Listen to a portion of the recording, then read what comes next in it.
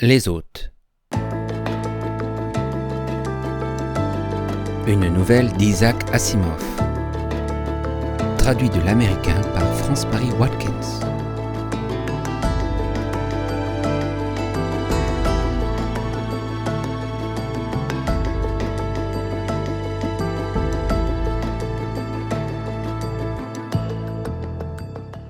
Deuxième partie.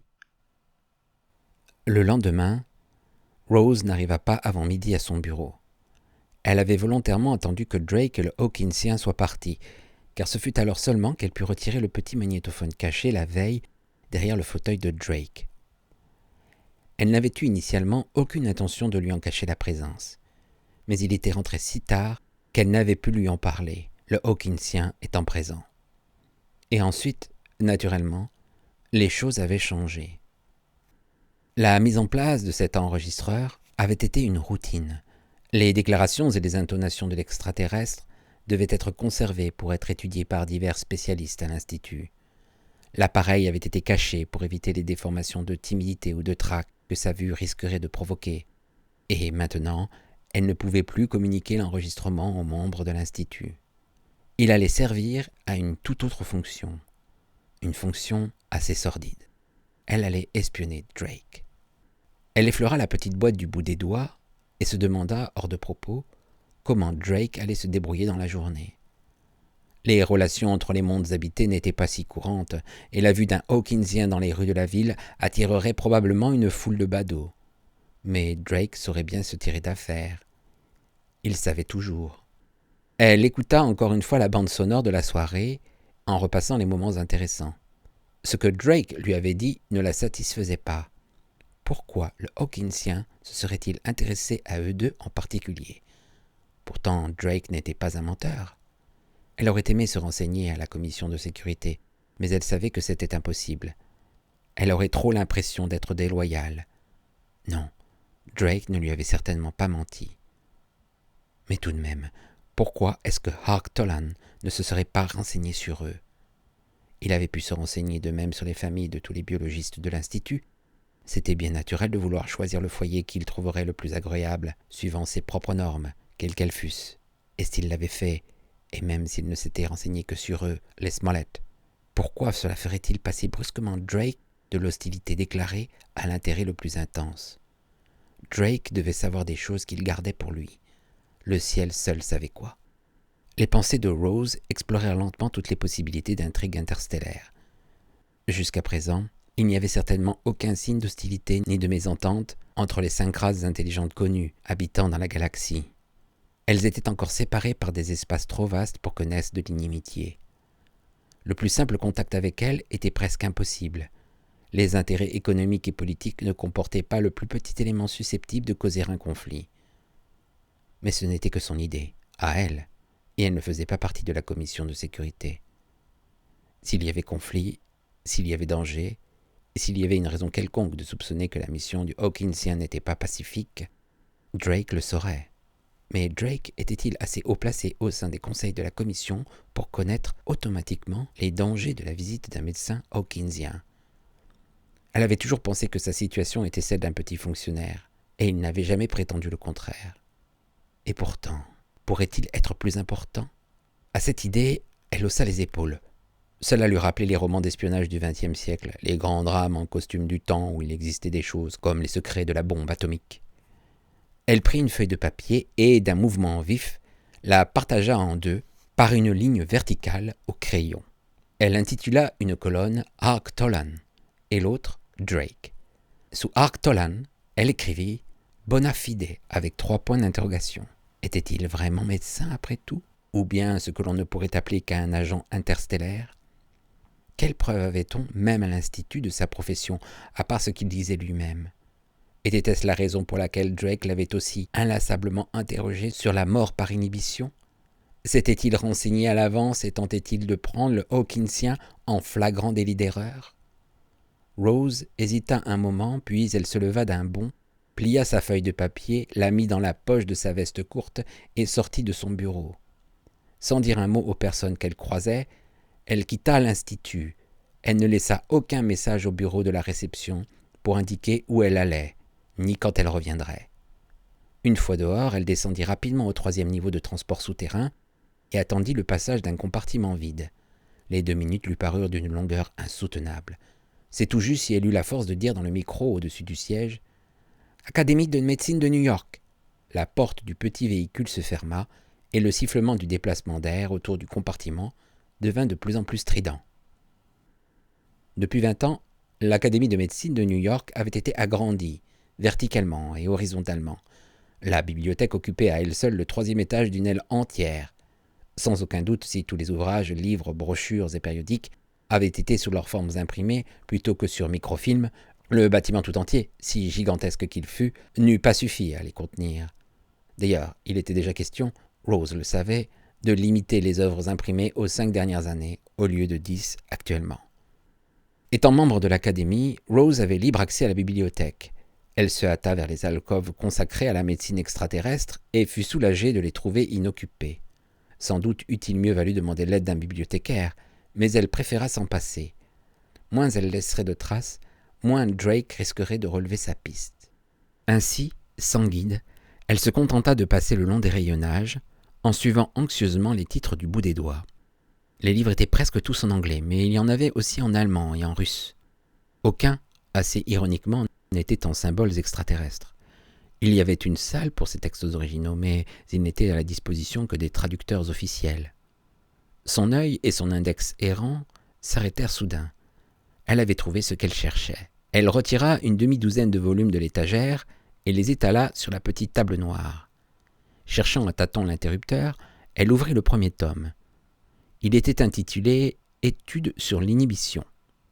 Elle le feuilleta, puis consulta l'index des auteurs. Le nom de Arctolan y figurait. Elle consulta une par une toutes les références indiquées, puis elle retourna à l'étagère des traductions pour avoir celle du plus grand nombre de communications originales. Elle passa plus de 2 heures à l'académie. Quand elle eut fini, elle savait au moins qu'il existait bien un médecin hawkinsien appelé Arctolan, spécialiste et expert de la mort par inhibition. Il était en rapport avec l'organisation hawkinsienne de recherche qui avait été en correspondance avec l'Institut. Naturellement, le Arctolan qu'elle connaissait pouvait se faire passer pour le médecin, afin de rendre son rôle plus réaliste. Mais pourquoi cela serait-il nécessaire ? Rose tira le papier de sa poche, et là où elle avait écrit « bona fide » avec 3 points d'interrogation, elle ajouta un « oui » en capitale. Elle retourna à l'Institut, et à 16 heures, elle était de nouveau à son bureau. Elle appela le standard pour dire qu'elle ne prendrait aucune communication téléphonique, puis elle ferma la porte à clé. Sous la colonne Arctolan, elle écrivit 2 questions. Pourquoi Arctolan est-il venu seul sur Terre ? Elle laissa un grand espace, puis pourquoi s'intéresse-t-il au bureau des personnes disparues ? Indiscutablement, la mort par inhibition était bien ce qu'en avait dit le Hawkinsien. D'après les lectures de Rose à l'Académie, il était évident que cette affection représentait la majeure partie de la recherche médicale sur la planète Hawkins. Elle faisait encore plus peur que le cancer sur Terre. S'ils avaient pensé trouver la solution au problème sur Terre, les Hawkinsiens auraient envoyé toute une expédition. Était-ce par méfiance ou par soupçon qu'ils n'avaient envoyé qu'un seul enquêteur ? Qu'est-ce donc que Arctolan avait dit la veille ?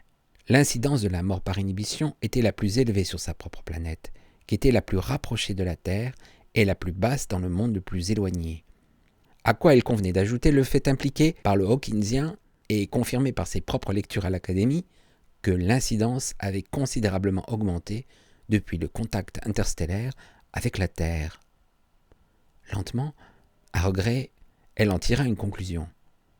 Les habitants de la Terre Hawkins avaient peut-être estimé que la Terre avait découvert la cause de la mort par inhibition et la propageait délibérément parmi les races étrangères de la galaxie, dans l'intention peut-être de dominer toutes les étoiles. Elle rejeta cette conclusion avec un sentiment proche de la panique. Non, c'était impossible. D'abord, la Terre ne voudrait pas faire une chose aussi horrible, et ensuite, elle ne le pourrait pas.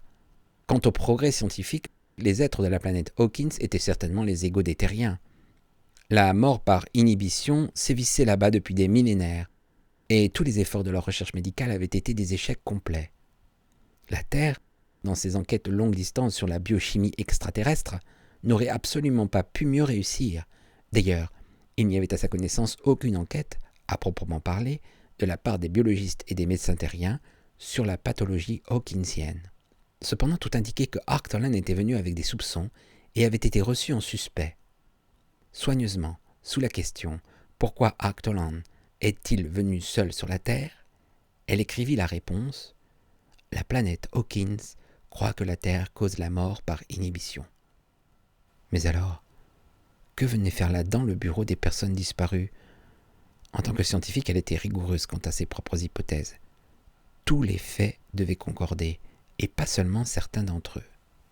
Le bureau des personnes disparues. Si c'était une fausse piste uniquement destinée à égarer Drake, elle était maladroite, puisqu'elle n'était apparue qu'après 1 heure de conversation sur la mort par inhibition. Était-ce alors considéré comme une occasion d'étudier Drake ? Mais pourquoi ? Serait-ce le point majeur ? Le Hawkinsien s'était renseigné sur Drake avant de venir chez eux. Était-il venu parce que Drake était un policier ayant accès au bureau des personnes disparues ? Mais pourquoi ? Pourquoi ? Elle renonça et passa à la colonne intitulée Drake. Et là, une question s'inscrivit, non pas à l'encre sur du papier, mais en lettres bien plus visibles par la pensée. « Pourquoi m'a-t-il épousée ?» pensa Rose, et elle posa ses mains sur ses yeux pour se préserver de la lumière hostile. Ils avaient fait connaissance tout à fait par hasard moins d'1 an plus tôt, quand il était venu s'installer dans l'immeuble où elle habitait. Les bonjour bonsoir polis étaient devenus des conversations amicales qui, à leur tour, avaient abouti à quelques dîners dans un restaurant du quartier. Il était charmant, tout s'était passé normalement, c'était nouveau pour elle, et elle était tombée amoureuse. Quand il lui demanda de l'épouser, elle fut heureuse, plus qu'heureuse. Sur le moment, elle trouva de nombreuses explications. Elle appréciait son intelligence et son amitié. Elle était une charmante jeune femme. Elle serait une bonne épouse, une merveilleuse compagne. Elle s'était donné toutes ces explications et y avait cru à moitié. Mais croire à moitié ne suffisait pas. À vrai dire, elle ne trouvait aucun grave défaut à Drake en tant que mari. Il était toujours prévenant, bon, courtois. Leur vie conjugale n'était pas passionnée, mais cela convenait à la tiédeur émotionnelle de la fin de la trentaine. Elle n'avait plus 19 ans. Qu'espérait-elle ? Justement, elle n'avait plus 19 ans. Elle n'était pas belle, ni séduisante, ni élégante. Qu'espérait-elle ? Aurait-elle osé espérer épouser Drake, beau, solide, et dont l'intérêt pour les choses intellectuelles était très mince, lui qui ne l'avait jamais interrogé sur ses travaux depuis des mois qu'ils étaient mariés, ni offert de lui parler des siens ? Pourquoi, dans ces conditions, l'avait-il épousée ? Mais il n'y avait pas de réponse à cette question, qui n'avait aucun rapport avec ce que Rose essayait de faire à présent. C'était une digression, se dit-elle farouchement, une distraction puérile de la tâche qu'elle s'était imposée. Elle se conduisait comme une gamine de 19 ans, après tout, sans aucune excuse chronologique. Elle s'aperçut que la pointe de son crayon s'était cassée. Elle ne savait comment. Et elle en prit un autre pour écrire dans la colonne Drake. Pourquoi soupçonne-t-il Arc Tolan ? Et au-dessous, elle dessina une flèche pointant vers l'autre colonne. Ce qu'elle y avait écrit était une explication suffisante. Si la Terre propageait la mort par inhibition, ou si la Terre savait qu'elle en était soupçonnée, alors, manifestement, elle se préparerait à des représailles possibles des extraterrestres. En fait, le décor serait planté pour les manœuvres préliminaires de la première guerre interstellaire de l'histoire. C'était une explication logique, mais horrible. Restait maintenant la seconde question, celle à laquelle elle ne pouvait répondre. Elle l'écrivit lentement. Pourquoi la réaction de Drake à la formule polie de Tolan ? Vous êtes la plus charmante des hôtesses. Elle essaya de revivre exactement la scène. Le Hawkinsien avait parlé d'une manière inoffensive, banale, polie, et Drake s'était aussitôt figé. Elle avait écouté et réécouté ce passage de l'enregistrement. Un terrien aurait pu le dire de la même façon indifférente, en quittant une réception. L'enregistrement ne rendait pas l'expression de Drake, et Rose ne pouvait se fier pour cela qu'à son souvenir. Ses yeux avaient soudain brillé de haine et de peur. Or, Drake n'avait peur de rien. Et qu'avait-il à craindre dans la simple phrase « Vous êtes la plus charmante des hôtesses » qui put le bouleverser à ce point ? Était-ce de la jalousie ? Absurde. L'impression que Tolan était sarcastique ? Peut-être, mais improbable. Elle était sûre que Tolan était sincère.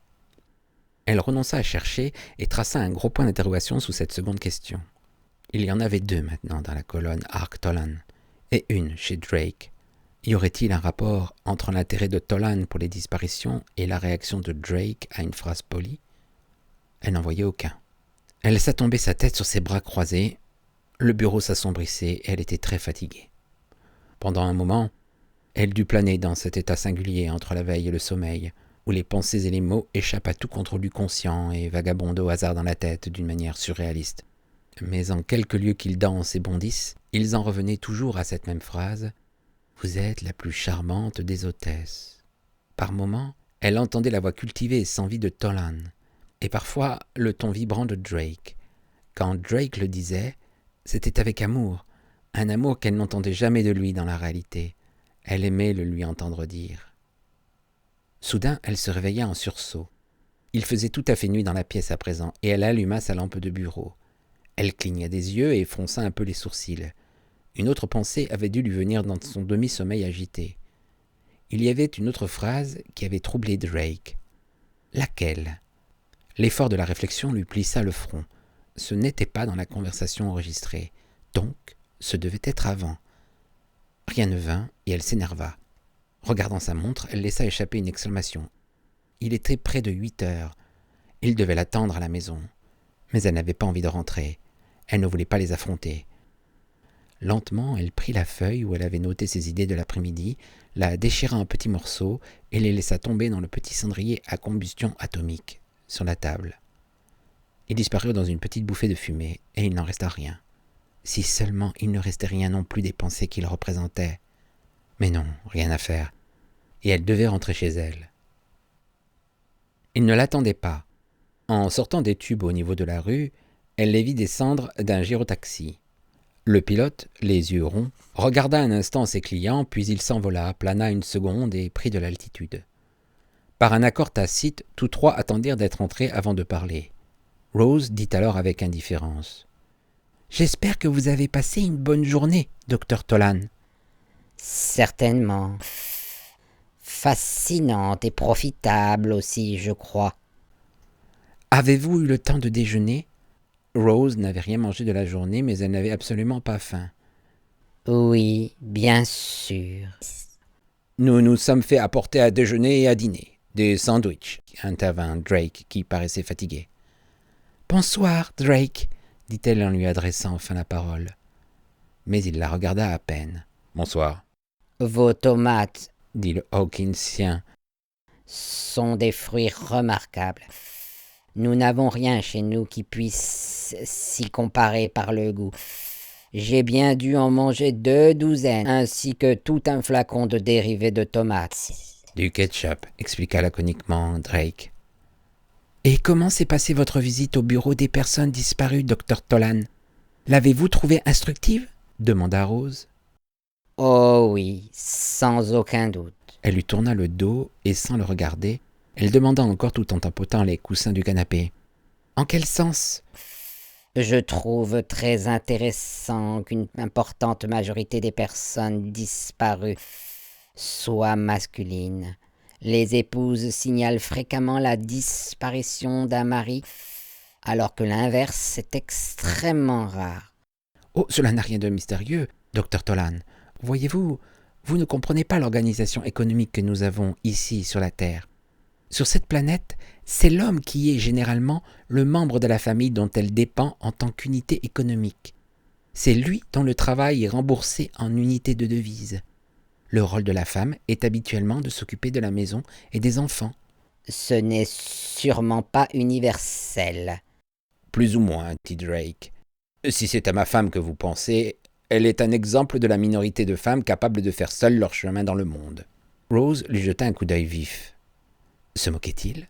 « En somme, ce que vous insinuez, Mrs. Smollett, dit le Hawkinsien, c'est que les femmes, étant économiquement dépendantes de leurs compagnons masculins, ont moins de possibilités de disparaître. » C'est une manière aimable de l'exprimer, mais c'est à peu près la vérité. « Et ce que vous appelez le bureau des personnes disparues à New York représente un bon échantillonnage de ces cas pour l'ensemble de la planète ? » Eh bien, oui, je le pense.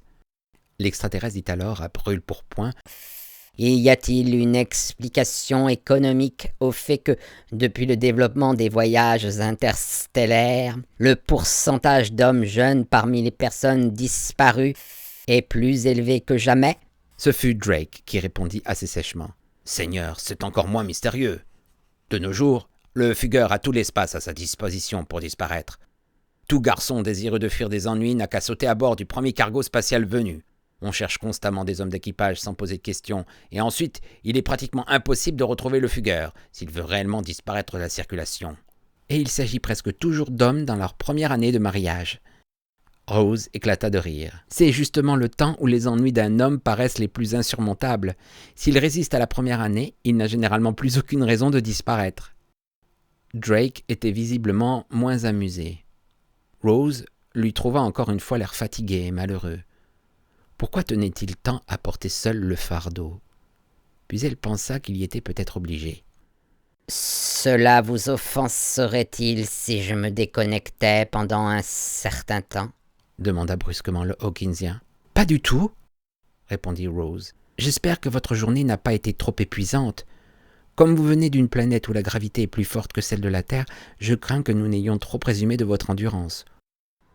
Oh, je ne suis pas fatigué au sens physique. Il considéra un moment les jambes de Rose et cligna rapidement des yeux, révélant son amusement. Vous savez, je m'attends toujours à voir les terriens tomber en avant ou en arrière, à cause de la pauvreté de leurs membres pour se tenir debout. Pardonnez-moi si ma réflexion paraît trop familière, mais elle m'a été inspirée par votre allusion à la gravité. Sur ma planète, 2 jambes ne suffiraient pas. Mais là n'est pas la question pour le moment. Simplement, j'ai dû absorber tant de nouveaux concepts insolites que j'éprouve le besoin de me déconnecter un moment. Rose haussa mentalement les épaules. Après tout, c'était le plus près qu'une race pouvait se rapprocher d'une autre. D'après ce qu'avaient compris grosso modo toutes les expéditions vers la planète Hawkins, les Hawkinsiens avaient la faculté de dissocier leur esprit conscient de leurs fonctions corporelles et de lui permettre de plonger sans aucun dérangement dans un processus de méditation pouvant durer plusieurs jours terriens. Les Hawkinsiens trouvaient cet état agréable et même parfois nécessaire, sans qu'aucun terrien pût vraiment savoir à quoi cela servait. En revanche, jamais les terriens n'avaient été capables d'expliquer le concept de sommeil à un Hawkinsien, ni à aucun autre extraterrestre. Ce que les terriens appelaient le sommeil ou le rêve était pour le Hawkinsien un symptôme alarmant de désintégration mentale. Rose pensa, non sans un certain malaise, « Voilà encore un aspect par lequel les terriens sont uniques. » Le Hawkinsien partait à reculons, en balayant le sol de ses membres antérieurs, pour un au revoir courtois. Drake le salua d'un bref signe de tête avant de le voir disparaître au coin du couloir. Ils entendirent sa porte s'ouvrir, se fermer, puis plus rien. Après quelques minutes d'un silence pesant, le fauteuil de Drake grinça quand il changea nerveusement de position. Avec une vague horreur, Rose remarqua du sang sur ses lèvres. Elle se dit « Il a des ennuis, je dois lui parler, je ne peux pas laisser durer cela. »« Drake !» Il parut la regarder de loin, de très loin. Lentement, son regard s'anima et il demanda « Qu'est-ce qu'il y a ? Est-ce que tu en as fini pour la journée, toi aussi ?»« Non, je suis prête à commencer. C'est aujourd'hui le lendemain dont tu parlais. Tu ne vas rien me dire ? » ?»« Pardon ? » ?»« Hier soir, tu as dit que tu me parlerais aujourd'hui. Je suis prête à t'écouter maintenant. » Drake fronça les sourcils. Son regard parut se dérober sous son front assombri, et Rose sentit sa résolution l'abandonner un peu. « Je croyais qu'il était entendu que tu ne me poserais plus de questions sur mon travail dans cette affaire. »« Je pense qu'il est trop tard pour ça. J'en sais déjà trop sur ton travail. »« Qu'est-ce que ça veut dire ?» cria-t-il en se levant d'un bond. Puis il se reprit, s'approcha d'elle pour lui poser les mains sur les épaules et répéta d'une voix plus basse. « Qu'est-ce que tu veux dire ?» Rose garda les yeux baissés sur ses mains, croisés sur ses genoux. Elle supporta patiemment l'étreinte des doigts durs sur ses épaules et murmura « Le docteur Tolan pense que la Terre propage volontairement la mort par inhibition. C'est cela, n'est-ce pas ?» Elle attendit. Peu à peu l'étreinte se relâcha et il recula, les bras ballants, la mine perplexe et triste. « Où es-tu allé pêcher cette idée ?»« C'est vrai, n'est-ce pas ?»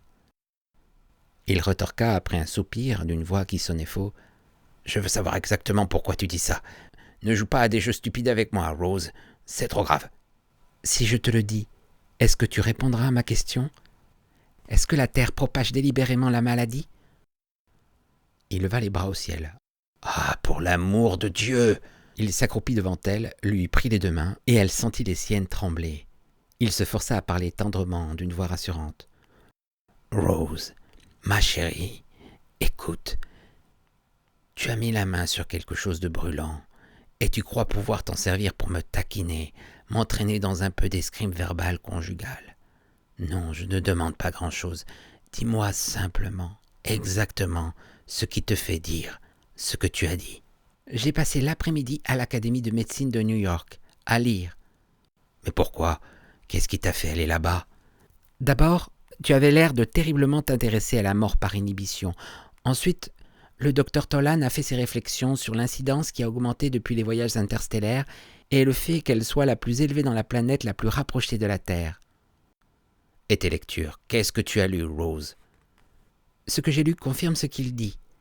Je n'ai pu que tout parcourir rapidement, dans la direction de leurs recherches des dernières décennies.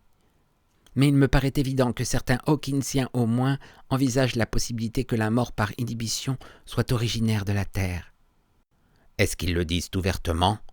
Non. Ou s'ils le disent, je ne l'ai pas vu. Elle considéra son mari avec un peu d'étonnement. Dans une affaire pareille, le gouvernement avait sûrement dû étudier la recherche hawkinsienne sur la question. Elle demanda doucement « Tu ne sais rien de la recherche hawkinsienne à ce sujet, Drake ? Le gouvernement… » « Peu importe. » Il s'était relevé, éloigné, mais il revint vers elle. Ses yeux étincelaient. Il dit, comme s'il faisait une extraordinaire découverte, « Mais tu es une experte de la question. » L'était-elle ? S'apercevait-il maintenant seulement qu'il avait besoin d'elle ? Les narines de Rose palpitèrent et elle répliqua « Je suis biologiste. » « Oui, je sais, mais je veux dire que ta spécialité est la croissance. Est-ce que tu ne m'as pas dit un jour que tu avais fait des travaux sur la croissance ? » Si l'on peut dire, j'ai publié 20 communications pour ma bourse de la Société du cancer sur les rapports entre la fine structure de l'acide nucléique et le développement embryologique. Parfait, j'aurais dû y penser.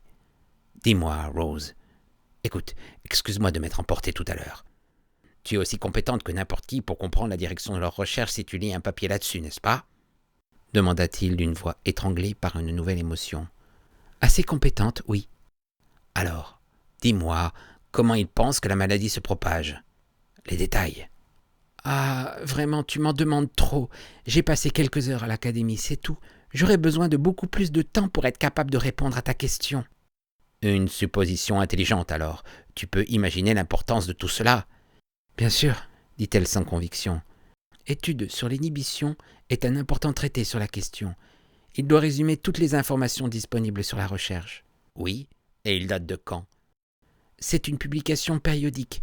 Le dernier volume remonte à environ 1 an. Est-ce qu'il contient un exposé de ses travaux ? D'un geste, Drake désignait la direction de la chambre de Ark Tolan. Plus que tous les autres, c'est un des plus grands chercheurs dans son domaine. Je me suis particulièrement intéressé à ses communications. Quelles sont ses hypothèses sur l'origine de la maladie ? Essaie de te rappeler, Rose. Elle secoua la tête.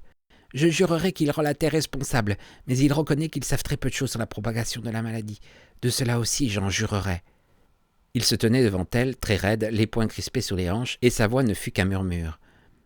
Cela pourrait être une surestimation totale. Qui sait ? Je vais m'en assurer tout de suite, Rose. Merci de ton aide. Elle courut derrière lui. Que vas-tu faire ? Lui poser quelques questions.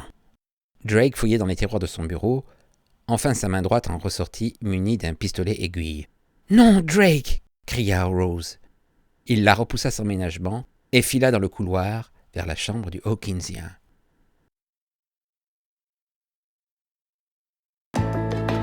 C'était Les Hôtes, une nouvelle d'Isaac Asimov. Deuxième partie.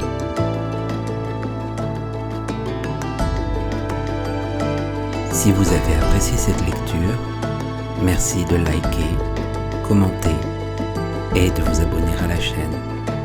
À bientôt.